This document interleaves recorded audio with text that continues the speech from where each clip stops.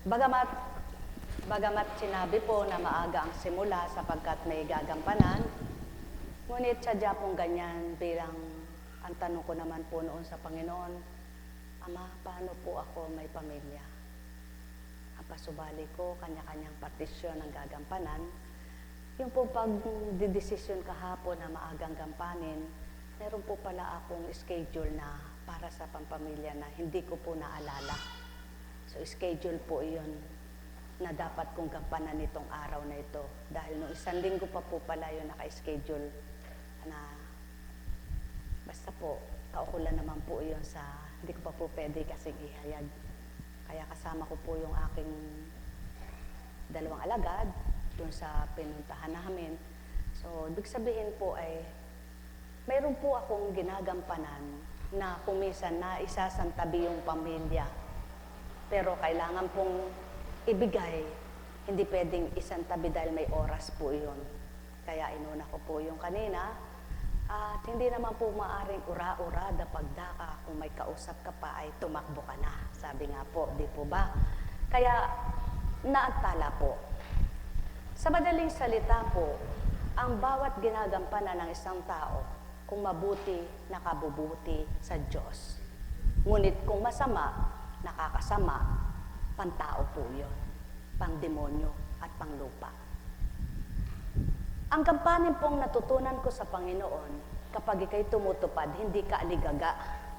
Patag ka lamang sa lahat ng galaw mo, patag lamang sa lahat ng pagkilos mo, sa lahat ng plano, nakantabay ang Diyos sa'yo.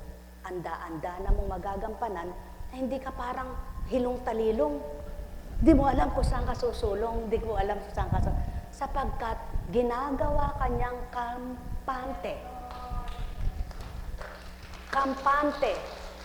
Kaya pag sa kanya ka naglilingkod, hindi ka umahangos. Hindi yung pagkatapos mong gumawa, humihingal ka na nagsasabing, bagsak ako. Kaya kapag may nakikita po akong gumaganap na ganon, natatawa ako sa sarili ko na hindi po ako kumikibo, hindi ko masabing, ba't ka napagod? Diyos ba pinaglingkuran mo niyan? Hindi po ako naniniwala sa mga ganong pagkilos. Sapagkat yun po ang unang-unang itinuro sa akin ng Diyos. Ang pagiging isang kampante, kalmante, hindi ka parang aligaga. Parang habol ka ng habol, humahangos ka, bibigyan ka niya ng kapanatagan. Bibigyan ka niya ng kapayapaan. Sa pagkilos mo't paggalaw, para kang dinomero. Subalit, sa bawat gawa mong dinomero, sigurado, hindi bulilyaso, hindi palpak. Kaya pagkatapos mong ginawa, ikaw ay maluwag ang paghinga. Na lalo kang nagaanan sa ginawa mo sapagkat nang makita mo resulta ng ginawa mo, maganda, mabuti. Kaya kapag ang tao ay nasa banal na espiritu, nababago ang isip, nababago ang damdamin, nababago pagkilos, nababago paggalaw, nababago ang panuntunan, nababago ang mithiin, nababago ang lahat sapagkat ang Diyos ang nagpapabago. Kaya nga, pag sinabing ganito, halimbawa may tutunguhan, alam ng Diyos yung destinasyon mo na dapat mong unahin at dapat mong iantala. Alam ng Diyos na mahuhuli ka sa dapat mong puntahan, na dapat ay magmadali ka, na mahalaga ka doon, na may gagampanan ka. Ngunit kung ikay isang magmumulaklak, magtatanga doon, hindi ka niya pauunahin, di baling mahuli ka lang. Kaya ito ang nawa ay matutunan ng taong bilang tapat at totoong mga sumusunod sa Kanya.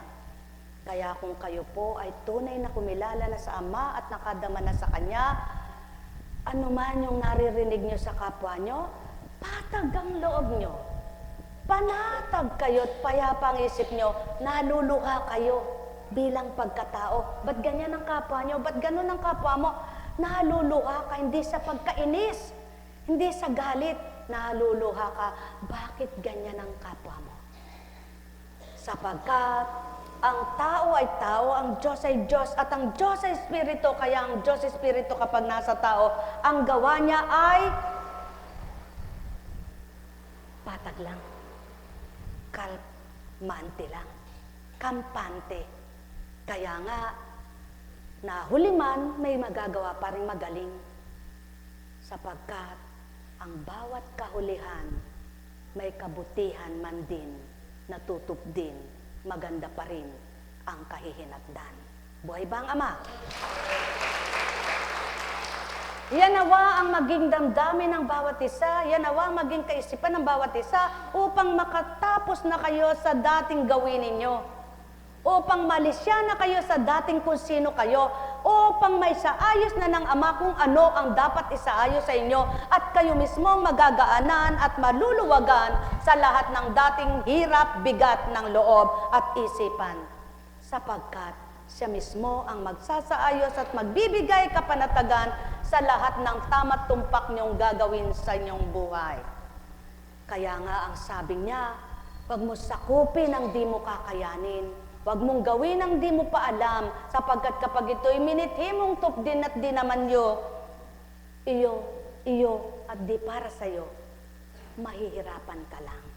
Kaya yung para sa iyo ang gawin mo, yung para sa iyo ang tupdin mo, yung para sa iyo ang ariin mo, at ang wagang sa iyo ay wag mong gawin at wag mong tupdin. Kaya kapag ang Ama ang nasa sa iyo, ang lahat ng ginagawa mo, alam mo sigurado, sapagkat siyang kasama mo, sapagkat siya ang kapiling mo. Ngunit kapag ikaw at bilang pagkatao, pagkatapos mong ginawa na masayang masaya ka nang matapos kang gumawa at nakagawa, hindi ka masaya dahil ikaw lang pala. Yun ang tinatawag na kapag ginusto ninyo ang inyong sarili ang sundin, pagsisisihan sa bandang huli. Ang sabi nga, di ka man magpakilala anak, ako magpapakilala sa gawa mo. Di ka man magsumigaw anak para sa iyo, ako magsusumigaw para sa iyo. Sapagkat ako'y gagamit ng kapwa mo upang pakilala at makilala ang gagawin ko para sa iyo at ginagawa mo alang-alang sa akin. Kaya ang lahat ng pumutupad at gumaganap alang-alang sa Ama, nakikilala sila hindi ganang sa sarili nilang nagpapakilala, kundi ganang sa Ama, nagmumula at para sa mga anak niya. Kaya nga, kung lahat ng tao ay gayon na magiging isipan, gayon na magiging damdamin, sino pa? Sino pa sa inyo ang masasaktan at mahihirapan? Wala na.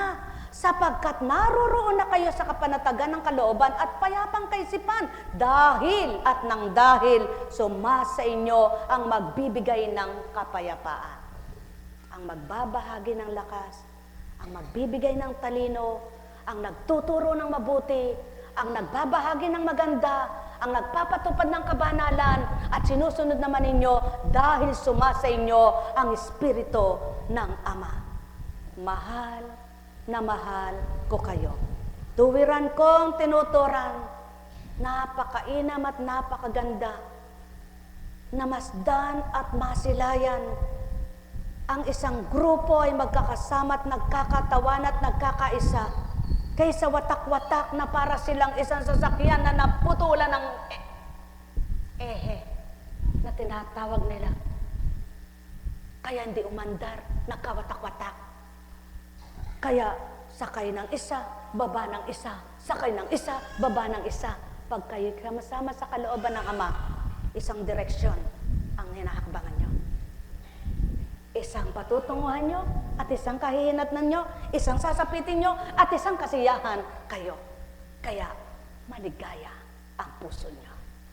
Mga mahal, kung naunawaan lamang ng lahat ng taong nasa banal na aklat na nahihimay-himay at pinagninilayan ng totoo sa Ama, makakamtan niyong tunay na kaliwanagan na di kayo madidimlan, ang tunay na lasa ng sarap ng buhay at ang tunay na linamnam na kaloob ng Ama na hindi nyo kailanman maiwawaksit, maipaparam sa loob nyo sapagkat napakasarap namnamin. Kaya't kung kayong lahat sa Kanya makikiisa, walang magbubuntong hininga, walang masasaktan ng loob niya, walang masasakitan ng isipan, walang makasasakit ng damdamin, at walang magsasalita ng masakit kanino man. Ang may pandinig ay nakarinig. Mahal na mahal ko kayo. Tuwiran kong tinuturan, mahal na mahal ko kayo. Ang pundasyon ng Ama ay pagbabata. At ang sino mang may pagbabata, nakatatapos ng masaya. Ang pagpapalalim niya ay magaan. Kaya't ang sino mang lumalalim, lalong naaarok niya ang kalooban ng bawat isa. Kaya't ang bawat isang sumasa kanya, maligaya at masaya. Di man makita sa bawat isa sa kanilang bawat buhay. Ngunit ang damdamin nila hindi makikilala ng tunay na wala sa Ama. Kaya mga mahal, may sakit ba kayo? Maging kalmante kayo't kampante. Maging panatag at payapa kayo upang sumigla, lumakas ang buong katawan ninyo at tamasahin ninyo ang lakas na hindi nyo mawawari kung paano nyo ito nakakamtan. Sapagkat ang nagbibigay nito, ang di nyo nakikita. Ang di nyo makikita, ngunit kitang-kita kayo. Mahal na mahal ko kayo.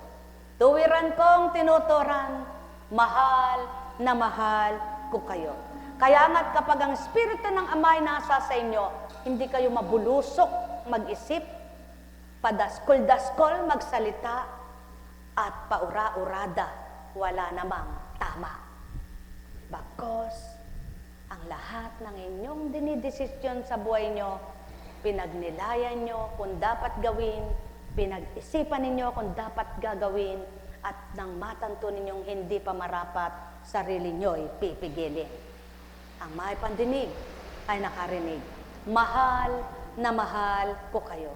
Tuwiran kong tinuturan, mahal na mahal ko kayo. Alalaong baga, magtahi ka man ng panyo,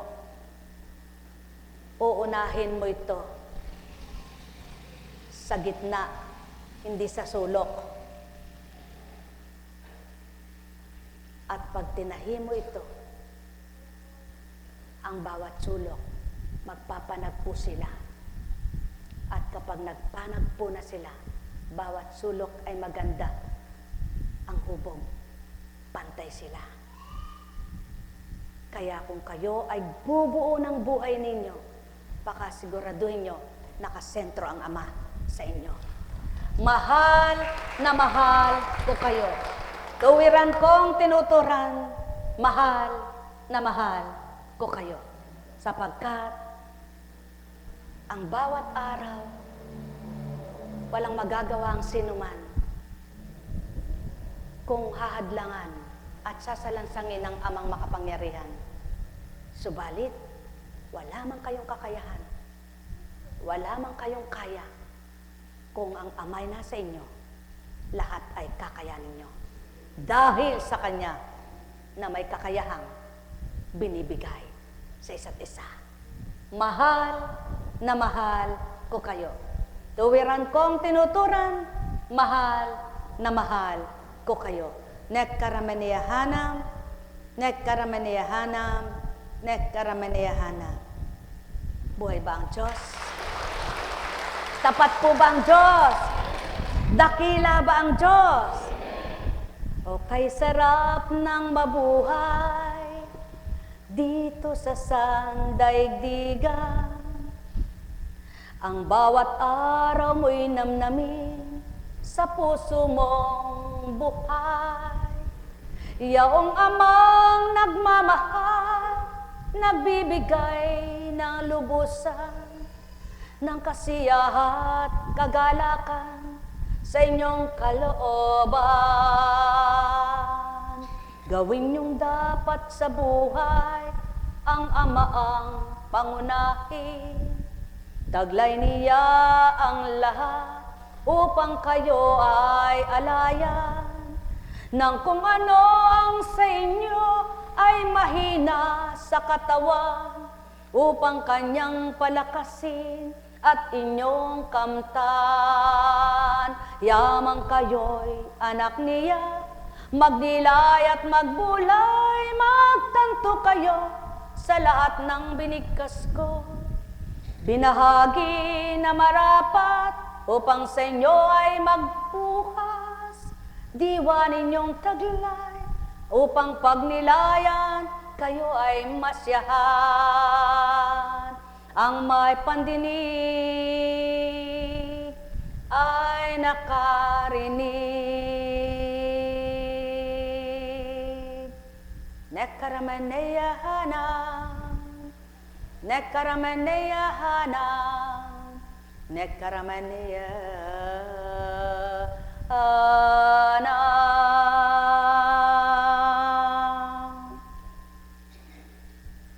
Mga minamahal, tandaan ninyo, ang tunay na kasiglahan, hindi sa salapi makukuha, hindi sa bagay o pagkain, kapag ito'y nakita mo, magiging masigla ka na. Kundi sa pagnamnam niyo at pagtanggap sa kalooban ng Ama.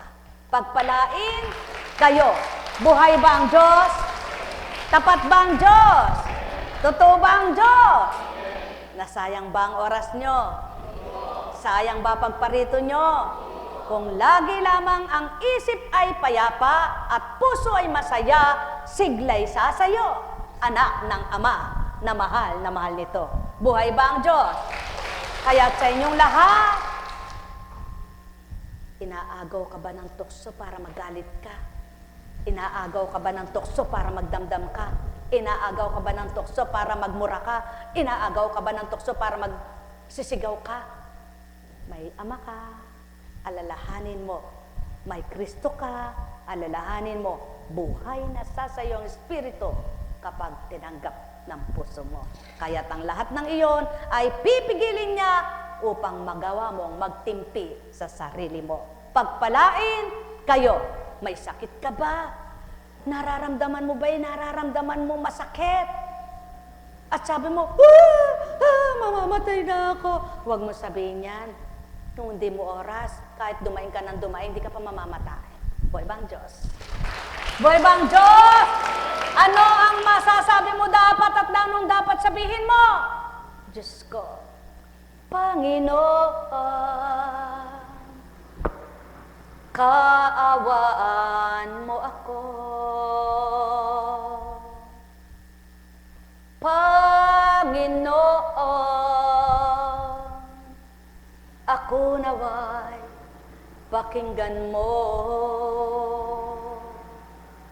Kristo, sa pangalan mong taglay, ang aking nararamdaman, sa'yo ko labang nilalagak na tuwira.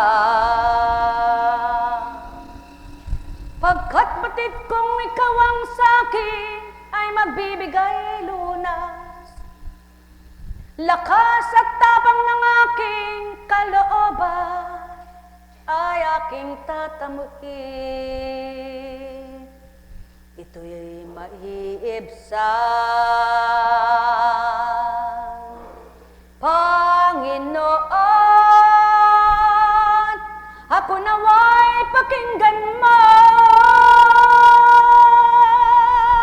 O kung di mo maawit, Panginoon, tulungan mo ako.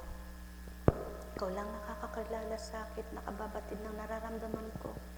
Saksi ka sa bawat pinagdaranan sa buhay ko. Nilalaga ko na ito sa'yo sapagkat sa pangalan mong makapangyarihan, alam ko, kaya mong gawin, maibsan ang lahat ng ito. Buhay ba ang Ama? O kung hindi mo man bigkasin sa bibig mo, sa isip mo, nababasa rin yan. Naririnig yan. Lalong higit, lalo't higit, kung puso mo'y damang-dama, may pag-ibig. Buhay ba ang Diyos? Buhay ba ang Diyos? Kaya nga maliwanag na isinaad sa banal na aklat sa pangalawang bahagi ng yugto ng buhay sa istorya ng Kristo sa bagong tipan. Psoriasis. Simple. Keto nga eh. Chronic disease. Walang nakapagpagaling. Subalit ang Kristo, napagaling. Bulag nga eh. Kahirap gawin mula isinilang kay bulag. Walang hindi magagawa, walang mahirap, nagliwanag ang mata. Bingi nga, pipi nga, dinudungo nga 12 taon. Patay na nga, si Lazaro nabuhay. Kayo naririto buhay, magnilay, magbulay. Sumainyong kapayapaan, pagharian kayong tuwiran, malubos ang kasiyahan, lakas ng kalooban, sa inyo'y kamting na lubusan. Nek karameneyahanam, nek karameneyahanam, nek karameneyahanam. Buhay ba ang Diyos? Tapat ba ang Diyos? Ano nagbibigay siglat kagalingan? Gamot? Salitang banal. Kaya kayo nakalagok na ng kapsula, na dextrose na kayo, na oxygen pa kayo, nakalagok ng tableta, nilagyan na kayo ng insulin, nilagyan pa kayo ng chemotherapy, binigyan pa kayo ng cobalt, at nabigyan na rin kayo ng radiation. At mayroon pa, wala pa namang dinadialysis. Gagawin ba lahat sa inyo ng amang kasamaan? Hindi. Gagawin sa inyo lahat ng kabutihan. Pagpalain kayo. May tanong baga kayo? Wala kayong tatanong? Wala akong itatanong. Tayo na, magsiuwi na. Buhay po ba ang Diyos? Buhay po ba ang Diyos? Oh, sayang ba ang pagparito nyo? Nasayang ba ang pagtungo nyo? Sayang ba gasolina nyo? Sayang ba ang pamasahin nyo? Sayang ba ang iniwanan nyo? Walang sayang. Halik kayo, kamti ng Kristo. Sumainyong kapayapaan, pagharian kayong tuwiran, malubos ang kasiyahan, kagalakay, manahan, pagpalain kayo. Matuto ka lang makinig at magsabuhay. May magagawa sa iyo ang Diyos na di mo nakikita. Pagharian kayo ng Diyos Ama, Diyos Anak, Diyos Espiritu Santo. Humayo kayo ang taglay ang liwanag na wag nang mamatay pa sa buong buhay nyo. Tayo na, maghiwa-hiwalay na. Buhay po ba ang Diyos? Pagpaumanhin po, may Lunes pa, pero may bukas lagi. Ano? Kaya sa inyo pong lahat, nawa maunawaan ninyo, hindi kayo tinataboy at di kayo tinututulan, lalong hindi kayo tinatanggihan. Lamang may oras. Eh, ikaw ang late, Apo Kunching. Ba, nagsorry naman ako, di ba? Sige po, tayo na po, at tayo ay aalis na rin kami.